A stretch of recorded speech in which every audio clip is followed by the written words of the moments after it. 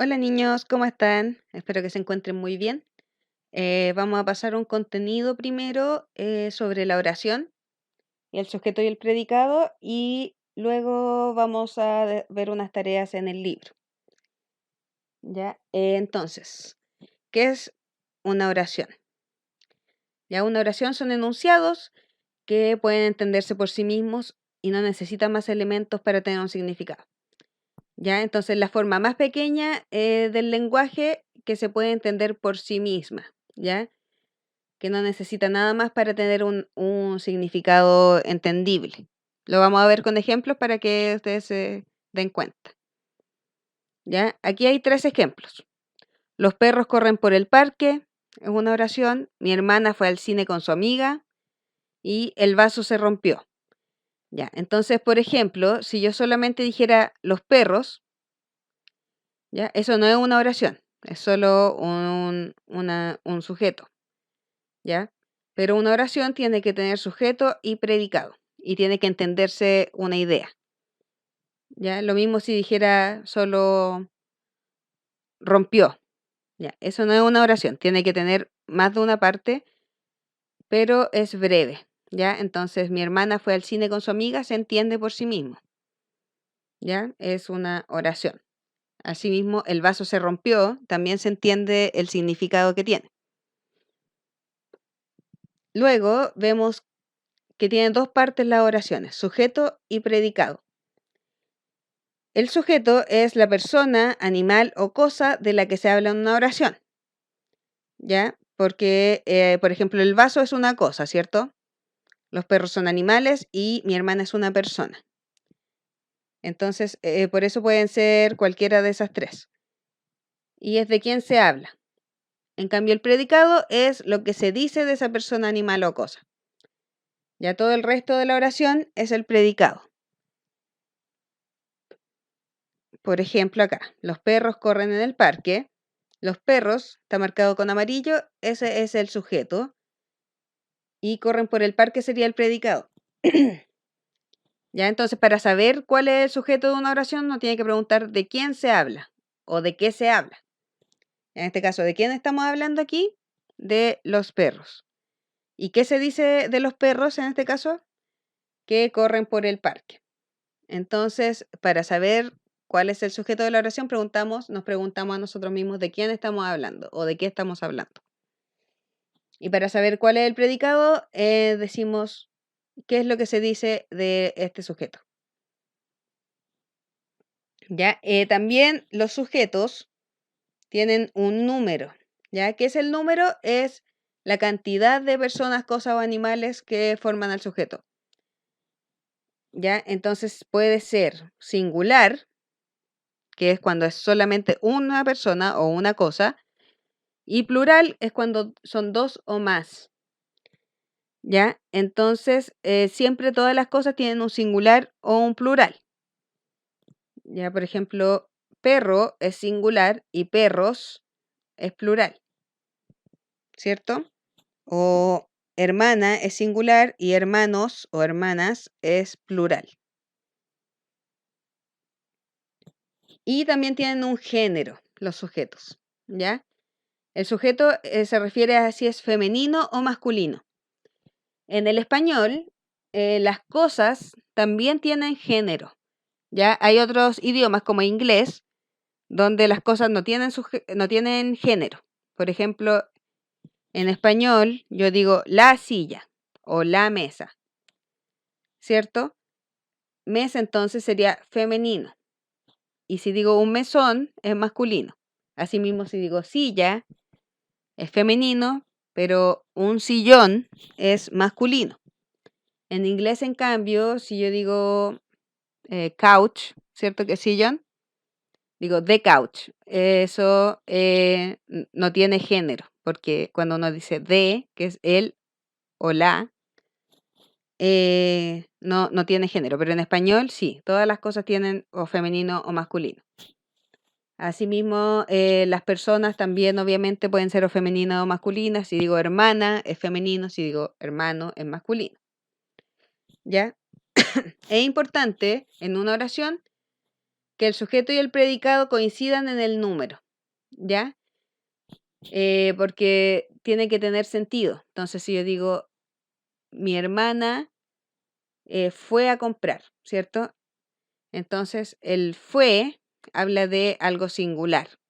En cambio, si fueran mis hermanas, sería mis hermanas fueron, ¿ya? Entonces ahí el sujeto y el predicado tienen sentido, como vamos a ver en este ejemplo, ¿ya? Mi mamá juega fútbol todos los días, ¿ya? En este caso, mi mamá es una, ¿cierto? Entonces es singular.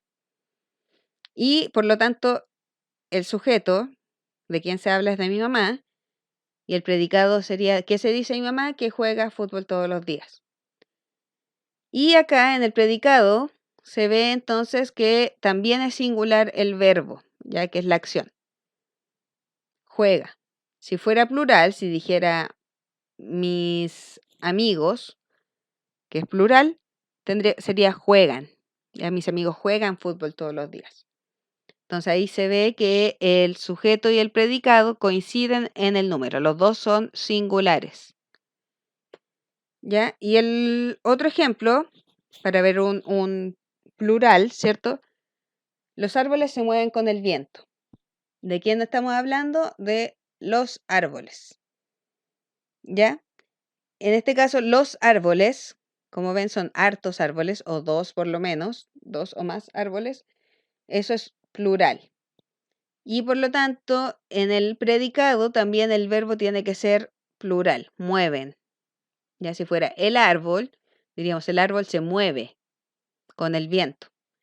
¿Ya? Tiene que tener sentido una con la otra. Entonces, eso es más que nada el tema de que coincida el sujeto y el predicado en una oración. Yo voy a dejarles una guía junto con las actividades del libro que vamos a ver a continuación para que ustedes desarrollen y me la tienen que enviar a mi correo, la guía, ¿ya? También, Ticos le había dejado un trabajo de hacer un artículo informativo, ¿cierto? Y no lo he recibido todos, así que espero que me lo envíen pronto porque todas estas actividades se van evaluando y así cuando volvamos podemos tener las notas y podemos ir avanzando juntos en los contenidos. Cualquier duda que tengan con esto, no duden en mandarme un correo o pedirle a sus papás que se comuniquen de alguna forma para consultarme, ¿ya? Bueno, eso por esta parte. Ahora vamos a pasar a ver lo del libro. Gracias. Ya. Niños, entonces ahora vamos a continuar con la clase. Vamos a dejar dos tareas que son dos textos. Uno es un cuento que se llama El país sin punta de Gianni Rodari, un italiano.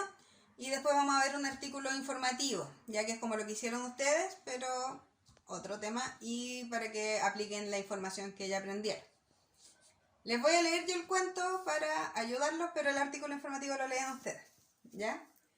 Se llama El país sin punta, entonces. Vamos a empezar. Juanito Pierdedía era un gran viajero. Viaja que te viaja. Llegó una vez a un pueblo en el que las esquinas de las casas eran redondas y los techos no terminaban en punta, sino en una suave curva. A lo largo de la calle corría un seto de rosas y Juanito se le ocurrió ponerse una en el ojal, que es como el hoyito del botón. Aquí. Mientras cortaba la rosa, estaba muy atento para no pincharse con las espinas, pero enseguida se dio cuenta de que las espinas no pinchaban, no tenían punta y parecían de goma, y hacían cosquillas en la mano. Vaya, vaya, dijo Juanito en voz alta. De detrás del seto apareció sonriente un guardia municipal.